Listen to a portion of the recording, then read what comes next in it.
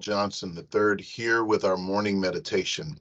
Every week, we share these messages that we hope will bring inspiration and encouragement to all those who would listen and hear and share. And we hope that in the end, that you would find yourself encouraged through the week, through the days that are yet ahead, that in your inspired moments and in your encouraged moments, you might be an inspiration and an encouragement to someone else. So, to our morning meditation. Today's morning meditation is entitled A Truth for a Truth. A Truth for a Truth. It's obvious to me, and may I say, that I've taken some time to observe a little bit lately, especially during these very important months for all faith traditions, where in which to go inward and to meditate and to think about our journey, to reflect on our own personal lives is really important and preeminent in our faith journey and in our ability to be in the place where we are rightly aligned with the one who created us, our God. So in these moments, I've been reflecting a lot. And I've realized that many of the challenges that we face in life have to do with our fear or the trauma of reliving the trauma we've experienced in life, or disappointment that we might fail, or not really trusting the environment or the ambiguity that life may bring.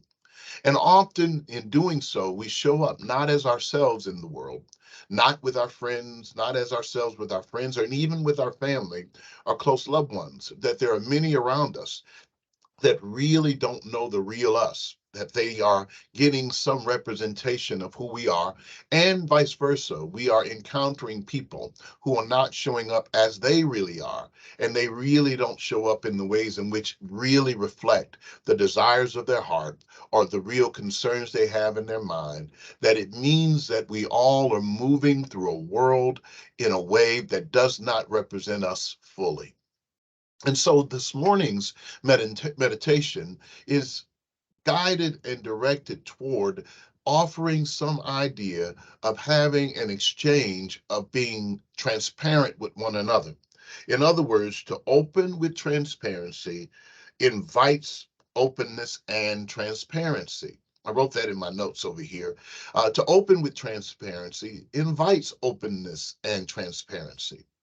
In other words, I had a conversation with a friend of mine about how people interact with each other. And one person shows up with 50% of themselves, using a number loosely, and they are expecting and wanting the other person to show up with 100% of themselves so that they can determine whether or not to bring their full self into the relationship. I hope that made sense. In other words, if I am showing up not fully disclosing all of who I am, all of my secrets, all of my stories. None of us want to do that. None of us want to be vulnerable to that extent.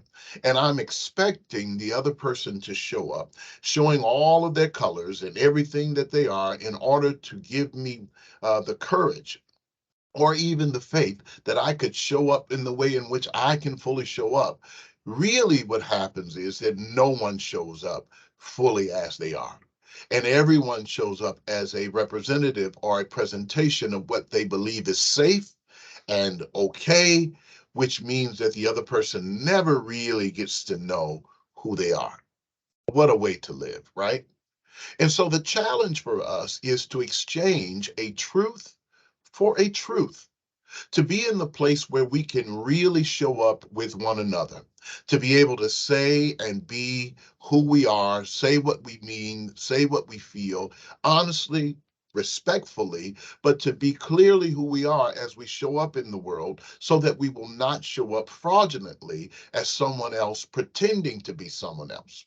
Because my faith tradition reminds us and reminds me that there's such a thing as evil in the world. And the epitome of evil is to not show up as you really are, but to present a false presence of yourself to another individual, which then causes them to do the same and creates this chain reaction or a circle of untruth, which breeds all sorts of evil. I added that word evil. But I mean by that is those things that will not allow us to show up as our creator has made us to be. So how do we move to a place where we can exchange a truth for a truth? Or what's the benefit of doing so? In other words, I think it's important to start with ourselves. First of all, to be able to look ourselves in the mirror, like Michael Jackson shared with us. I'm looking at the man in the mirror. I'm asking him to change his ways. No question could have been any clearer. If you want to make the world a better place, just look at yourself and make the change. The change begins with being honest with ourselves, being transparent with ourselves. In other words, I can't pretend I don't want the cookie when I really want the cookie, and I'm going to do everything I can to get the cookie. And in not having the chocolate chip macadamia nut cookie that I want, I pretend to others that I'm not really interested.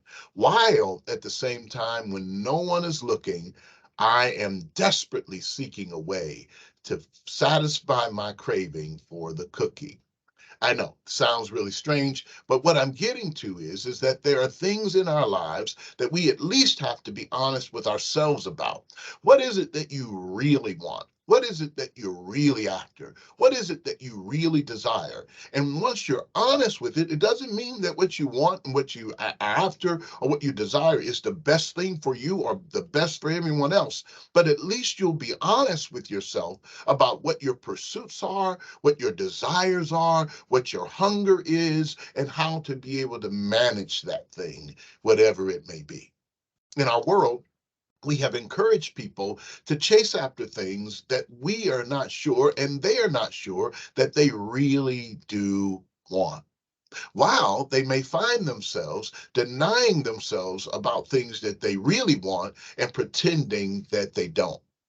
So we begin with, yes, a truth for a truth. Tell yourself the truth about you and allow yourself to tell you the truth back to you. In other words, I know that I may have really wanted to play in the NBA or to be a Major League Baseball player or to be able to sing or to be a rock star or to be a millionaire. And all of my pursuits and aspirations may want to lead me there. But I may never get to that place, and it may not be the place where I should be in life. But I have to be honest with myself so that I can be satisfied in the life that I'm living rather than dissatisfied in the life that I had failed to pursue. I hope you understand where I'm going. Secondly, I think we have to be able to exchange a truth for a truth, not only with ourselves, but I also think we should be able to do that with others.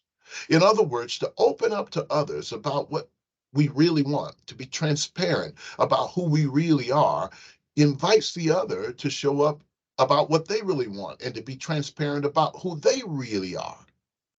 Nothing could be worse than to be in a relationship with someone, a friend, a family member, a loved one, the love of your life, a romantic interest, whatever it may be, and you've been pretending your entire relationship long to want or be or act in certain ways that are not really honestly you.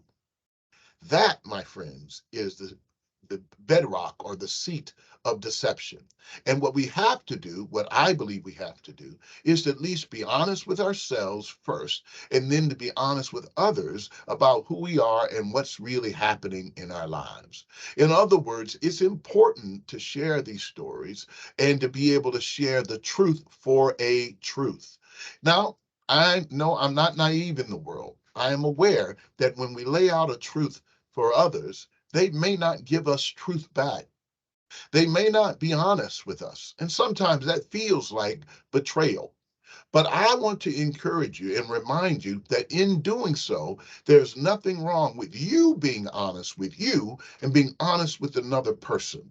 Because what you discover is that even if they are not honest or if they are not transparent with you, you'll find a way to be satisfied with your life so that you can pivot and keep on moving in a way that blesses you and all those you encounter along the way. So, lastly, I say to you, and I share this message, it's a little longer, I apologize, that in order to exchange a truth for a truth, being honest with ourselves is imperative. Being honest with those around us is really important. But I dare say it's really important to be honest with God. Now, my mother has a funny way of saying this. She says, I'm I it's important to note that we might be able to fool ourselves and lie to ourselves about things. We may even be able to share with others what is untrue about ourselves, or they might do the same with us.